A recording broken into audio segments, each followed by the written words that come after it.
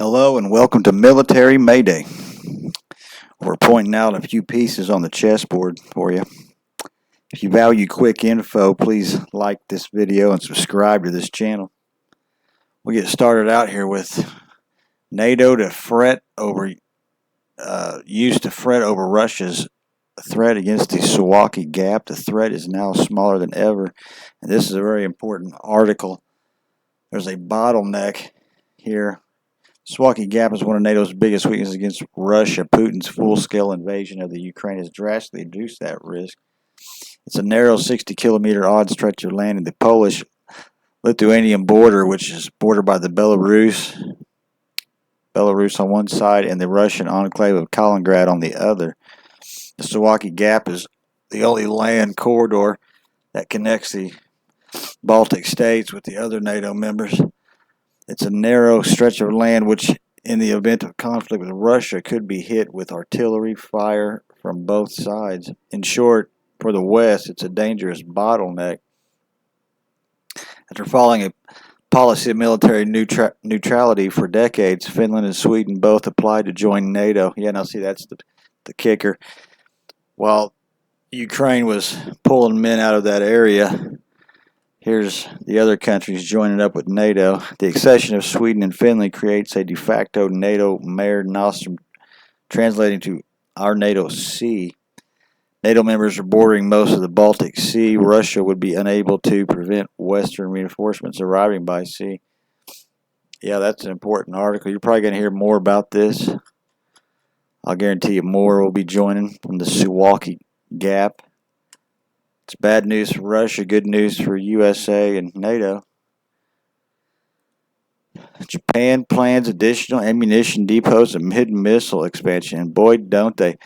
The Japanese Ministry of Defense has requested $148 million in the fiscal 2024 budget for 130 ammunition depots. They will be in addition to 1,400 facilities already operational. In addition, the ministry is planning to acquire land for 3 depots at bases in Kagoshima and Kyushu, and is surveying 6 facilities on the northern island of Hokkaido. Japan also announced its largest ever budget this year, $53 billion. I mean, that's a lot, guys. $53 billion. I mean, what's America?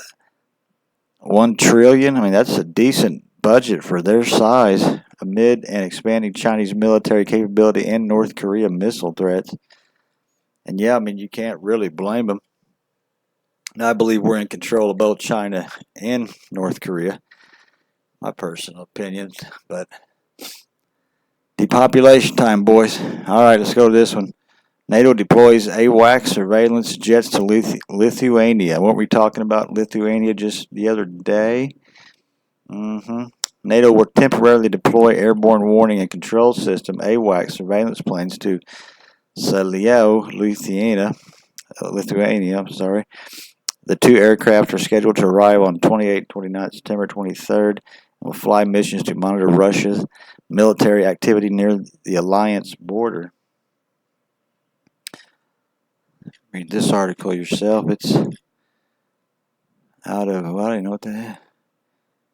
NATO Allied Air Command. Yeah. Anyway, so remember these names. They're all going to come into play. Russian Navy launches 2 Karakurt-class corvettes, the Ravhevs,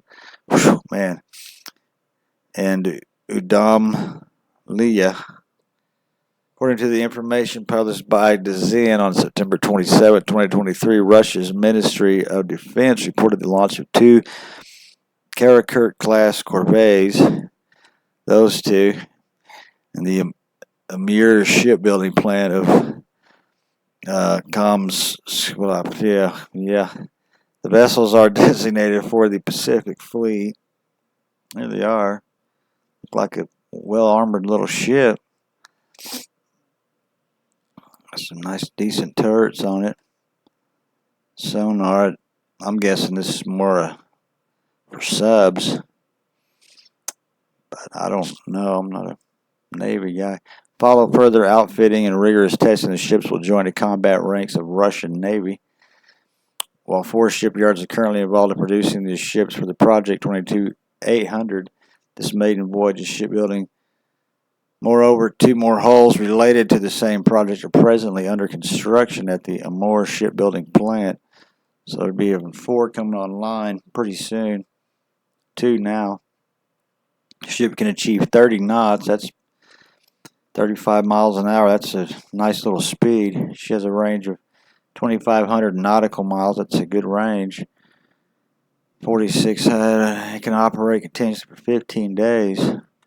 Should accommodate a crew of 50 to 70 personnel.